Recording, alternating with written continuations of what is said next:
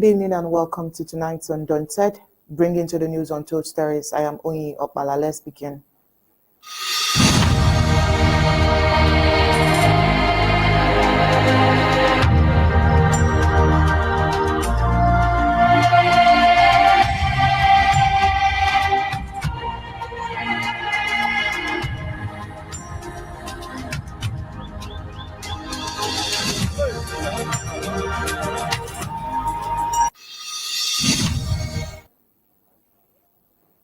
In the heart of Amazonia, a crisis is unfolding, threatening to suffocate the life out of a nation already struggling to breathe. The deplorable state of the Kumba-Ekondo Titi road has brought business to a grinding halt, with the circulation of persons and goods completely stopped.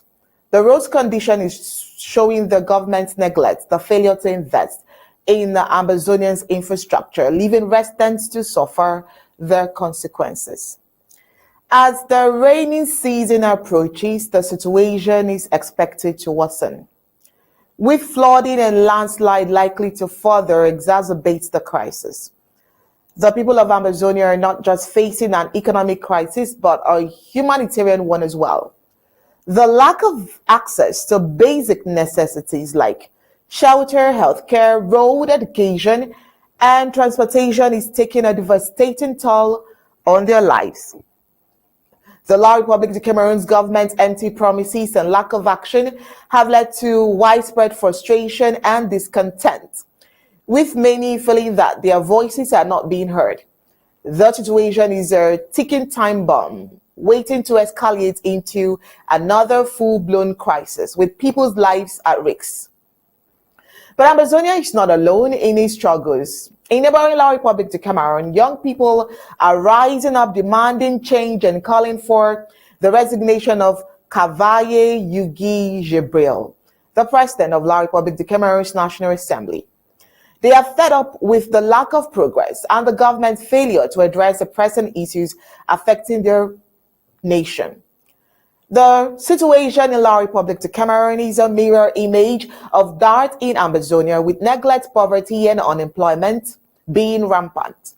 As we all look on, it is clear that more needs to be done to address the root causes of the crisis and to ensure that the people of Amazonia and La Republic of Cameroon have access to basic necessities like roads, healthcare, and education. The rapid response mechanism intervention in Ekondo Titi district is, let's say, a little bit testament to the fact that humanitarian crisis and assistance can make a difference in the lives of people affected by the conflict. However, it is just a drop in the ocean and more needs to be done to prevent a humanitarian crisis from escalating. In today's news report, we will delve into the crisis facing Amazonia and La Republic of Cameroon, exploring the causes and consequences of the road crisis, the lack of investment in infrastructure, and the humanitarian concerns that are looming large. We will examine the government's response to the crisis and the demands of the youth in La Republic of Cameroon for change.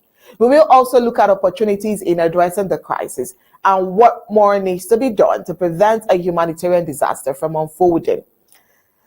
The situation is complex, but one thing is clear: the people of Amazonia and La Republic of Cameroon deserve better, and it is time for the La Republic of Cameroon's government to take concrete action and call for negotiations, a negotiation that will free Amazonians. But before then, let's take the prime headlines.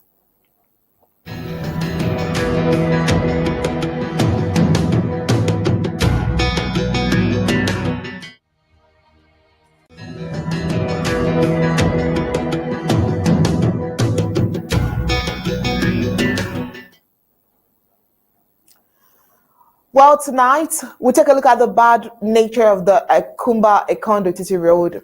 It has become a nightmare for users.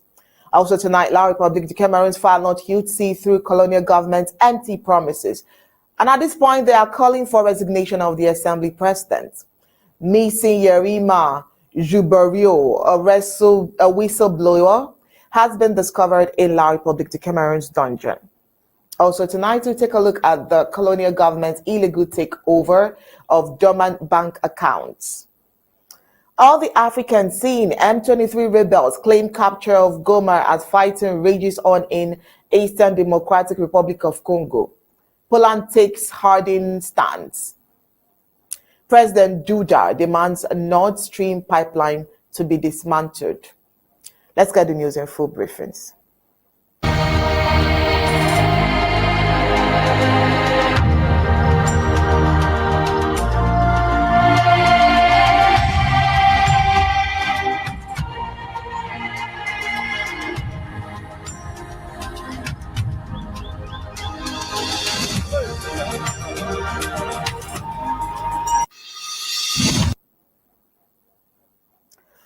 Businesses has been paralyzed by the deplorable nature of the Kumba-Ekondo Titi road as the circulation of persons and goods is halted. Users of the road dread what will become of the fate going across when the rains return if the circulation is not done.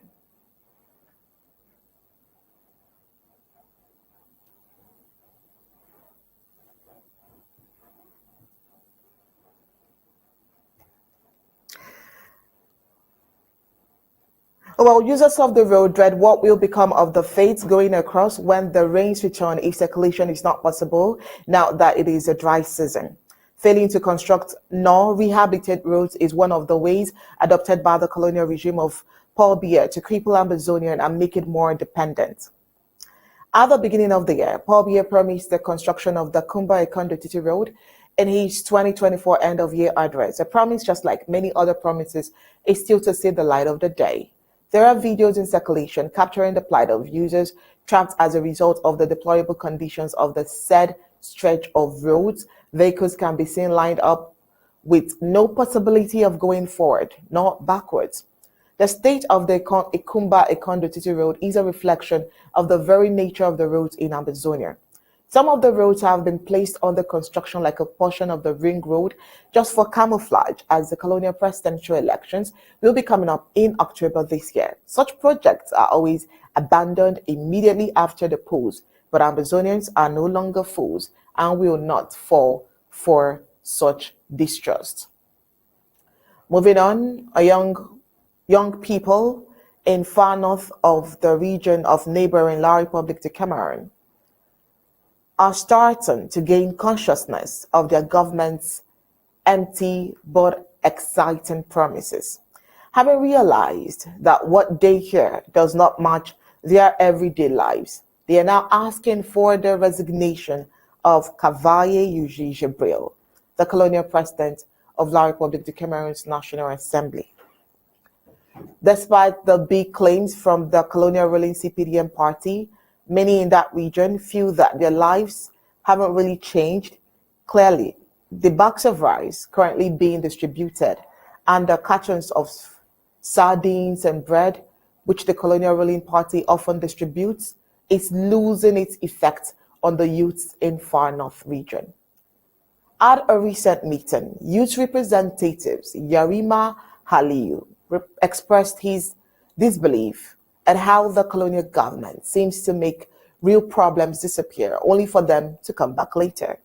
In his words, he says, "We were promised a better future, but it feels like we're stuck in the same old place with no real change." Report says that at a CPDM rally in Marwa a few days ago, the crowd was large, but many people seemed more interested in free food than in supporting the BS party. The deteriorating state of education has always been a major concern. Young people are unhappy with their schools and have expressed the frustrations that they are given hope without real results. Another youth says our exam results are confusing and disappointing. This new awareness among the youth is pushing them to demand accountability from a colonial government that has a habit of avoiding serious issues. The resignation call came a few hours after the 84-year-old Colonial National Assembly president had officially declared 91-year-old President Paul Biya candidacy for the upcoming 2025 election. Quite laughable. But now we understand that the youths are talking.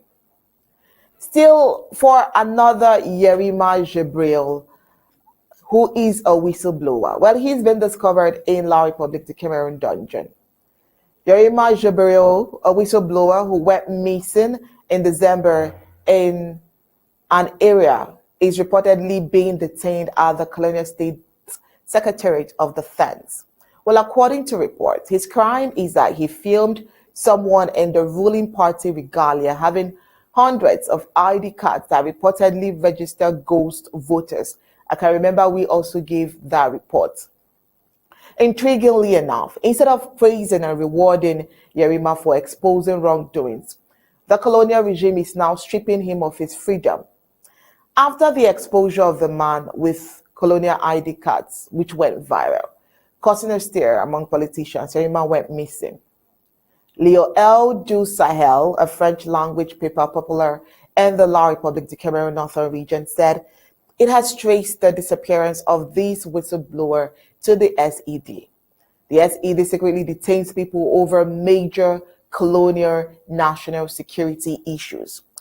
After the discovery, which is the fruit of an investigation by L'Oeil du Sahel, SED has not issued a statement indicating whether the man is in its custody or not.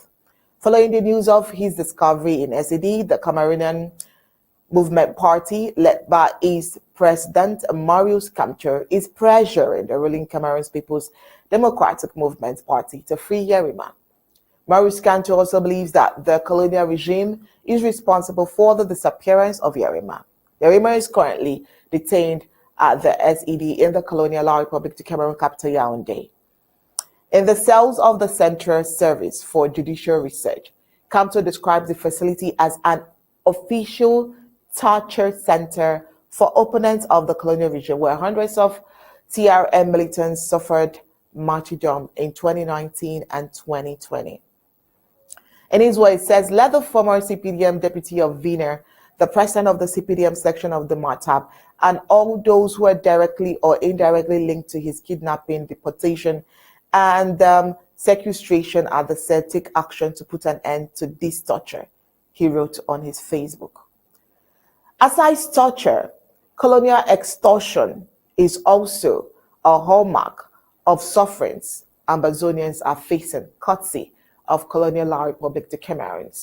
And so in this case, Ambazonians are warned of colonial government's controversial decision to take over bank and credit union accounts that have been inactive for 6 months or more, starting from the 31st of January 2025. Many citizens suspect this move is a means to raise funds for its upcoming colonial presidential election campaign, effectively targeting the savings of vulnerable Ambazonian individuals in a time of colonial and economic uncertainty. The Ambazonian population is reminded to stay alert about La Republique du Cameroon's plan to rob them of their finances. A few months ago, the colonial government made known its intent to seize accounts in banks and credit unions which had been inactive for a period of 6 months and above. The action is set to take place from January 31st, in a few days to come. Well, to this effect, some credit unions like Santa Central Cooperative Credit Union has announced that accounts with no activities for over 6 months will have their funds transferred to the colonial government. Many believe this policy is not just about managing dormant accounts, but it is a calculated effort by the PS regime to raise funds for its presidential election campaign. Critics have shared that seizing the savings of unsuspecting citizens is an illegal attempt to boost colonial coffers at the expense of those who may already be struggling financially. This unjust action, based on a directive from the Colonial Ministry of Finance, is a direct violation of citizens' rights. It unfairly targets Ambazonians who are presently in difficult situations or simply unaware of the new regulations. And of course, before we draw the curtains from news from the home front, let's take these announcements. So the first Ambazonian peace plan, the APP meeting for 2023, has been scheduled for the 21st of January 2025 by 8 p.m. Amber time. While it's been noted that the crucial APP meeting will focus on reports from his Truth and Reconciliation Committee established by the President in November 2024. A detailed agenda and a Zoom link will be published subsequently. All are encouraged to join. This is signed by Steve Nebafu, who is the Secretary of State, Department of Home Affairs and Community Mobilization. Right after the break, we'll come in with news across Africa.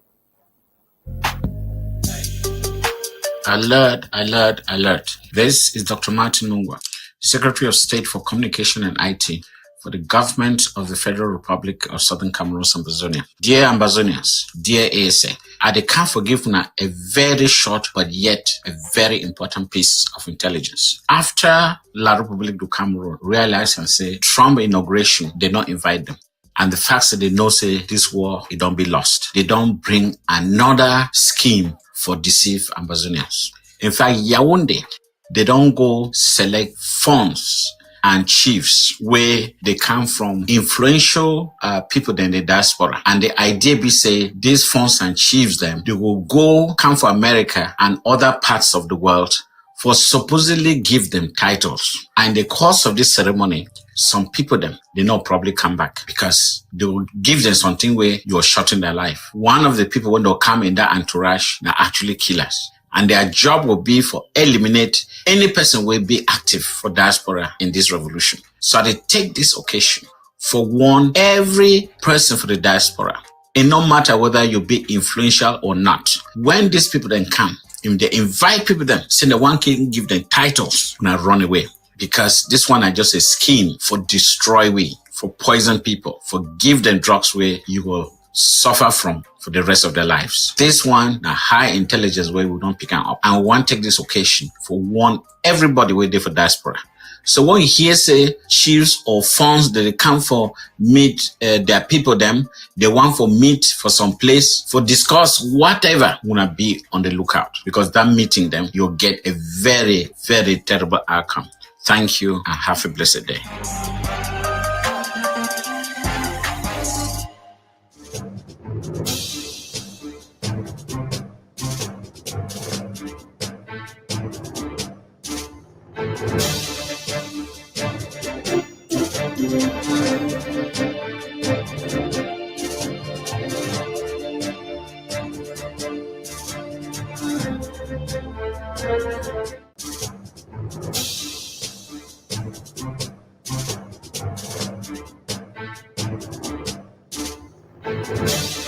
Coming out with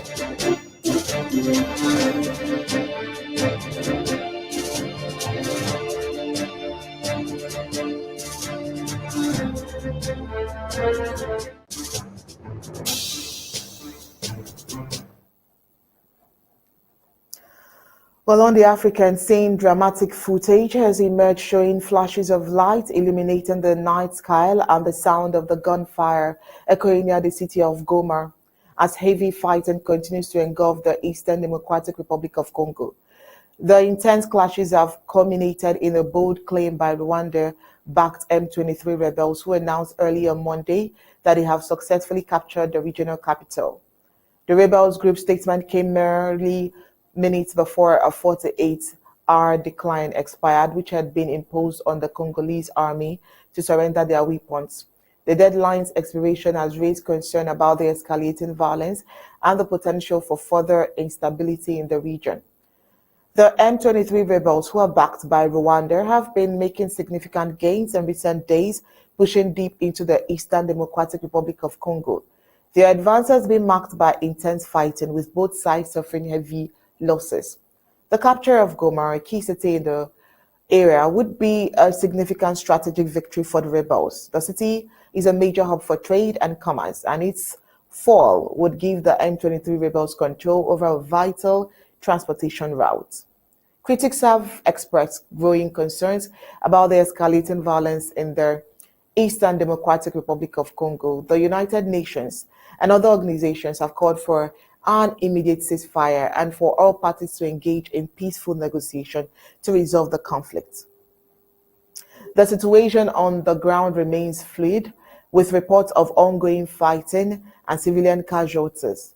The humanitarian situation is also deteriorating, with thousands of people displaced by the violence and indeed in need of urgent assistance. The capture of Goma by the M23 rebels have significant implications for the region. The city's fall could embolden other rebels groups in their area, leading to further instability and violence. So the situation has also the potential to draw in other countries, including Rwanda and Uganda, which have been accused of supporting the M23 rebels. Meanwhile, Burkina Faso, Niger, and Mali withdraws from ECOWAS. In Niger, Burkina Faso, and Mali are set to leave the Economic Community of West African States on Tuesday, January 28th. This move comes after they formed their own alliance known as the AES just a few months ago. The three countries have decided to take a unified approach to negotiations with ECOWAS, which is a significant development in the West African region.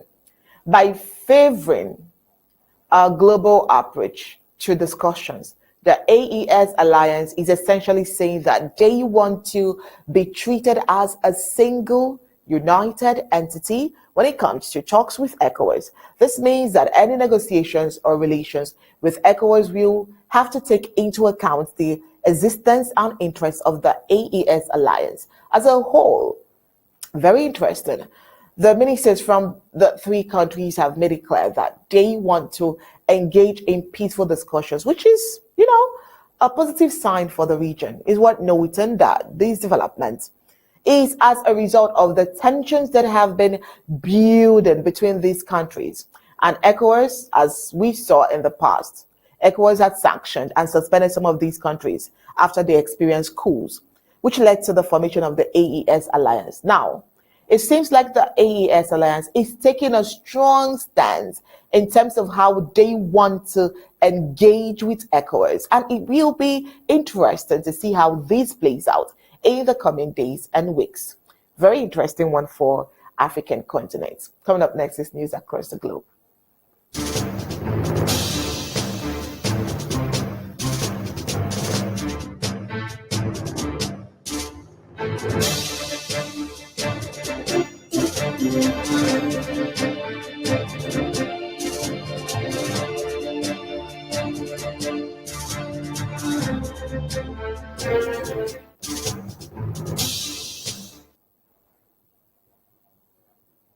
Well, going on to Poland, Poland's President Andrzej Duda is taking a strong stand against restoring gas flows from Russia to Western Europe, even if a peace deal is reached between Russia and Ukraine.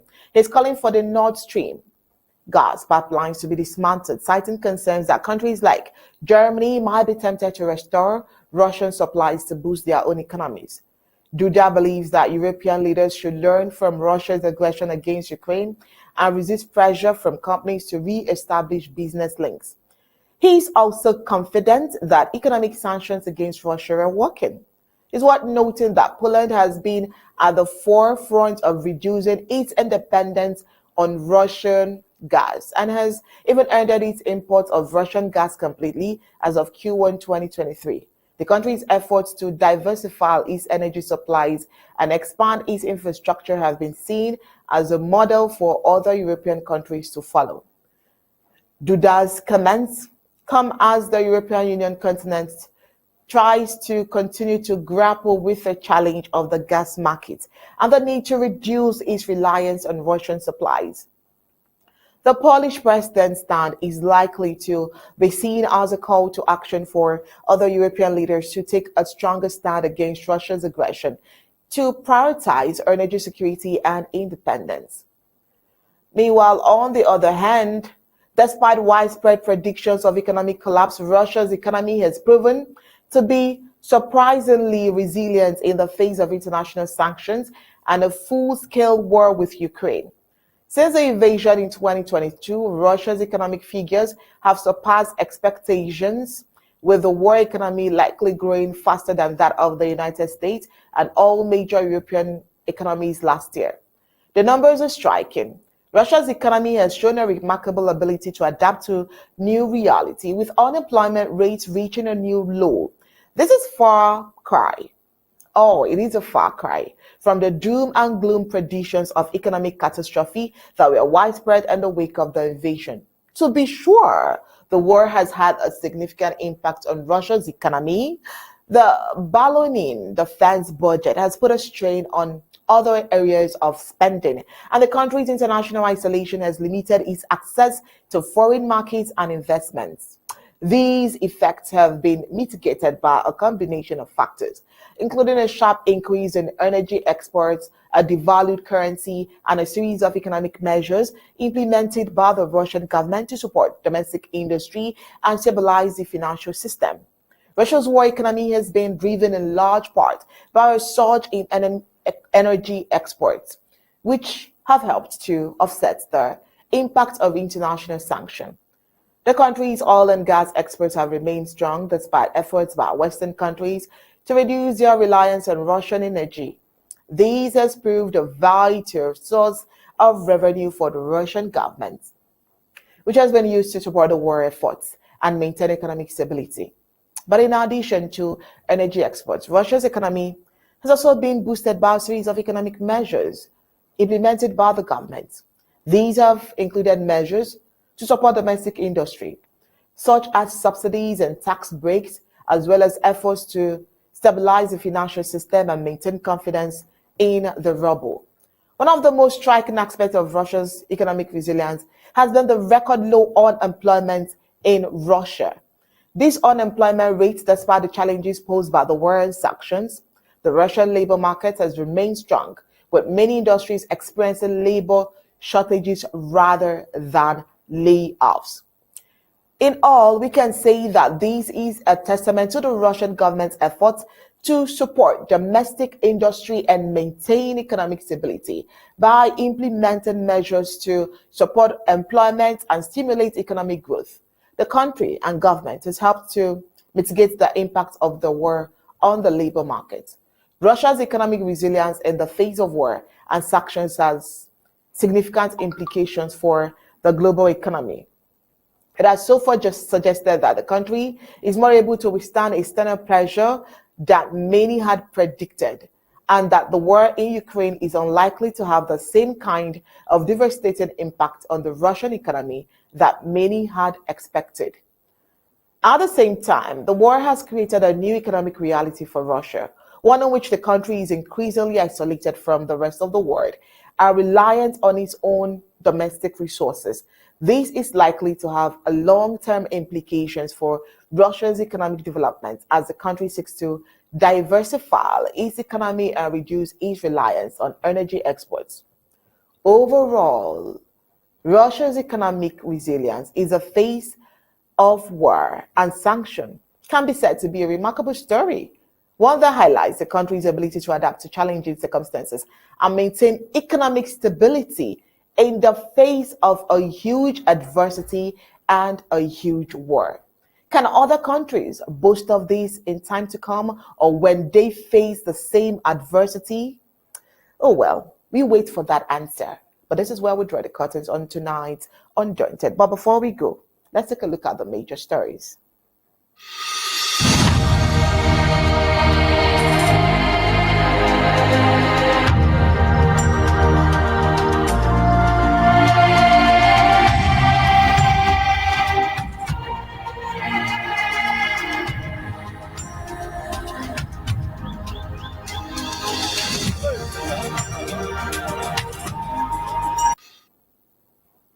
Well, tonight on Undaunted, we talked about the bad nature of Kumba-Ekondo Titi Road, as it has become a nightmare for users using the stretch of the road. La Republic to Cameroon Far North Youth has finally seen through Colonial government's empty promises as they call for resignation of the Assembly President. We talked about the missing Yerima Jeberil, a whistleblower who has been discovered in La Republic to Cameroon dungeon. Illegal takeover of Dormant banks, a way for La Republic to Cameroon to take La Amazonian's money, has begun. On the African scene, M23 rebels claim capture of Goma as fighting rages on in Eastern Democratic Republic of Congo.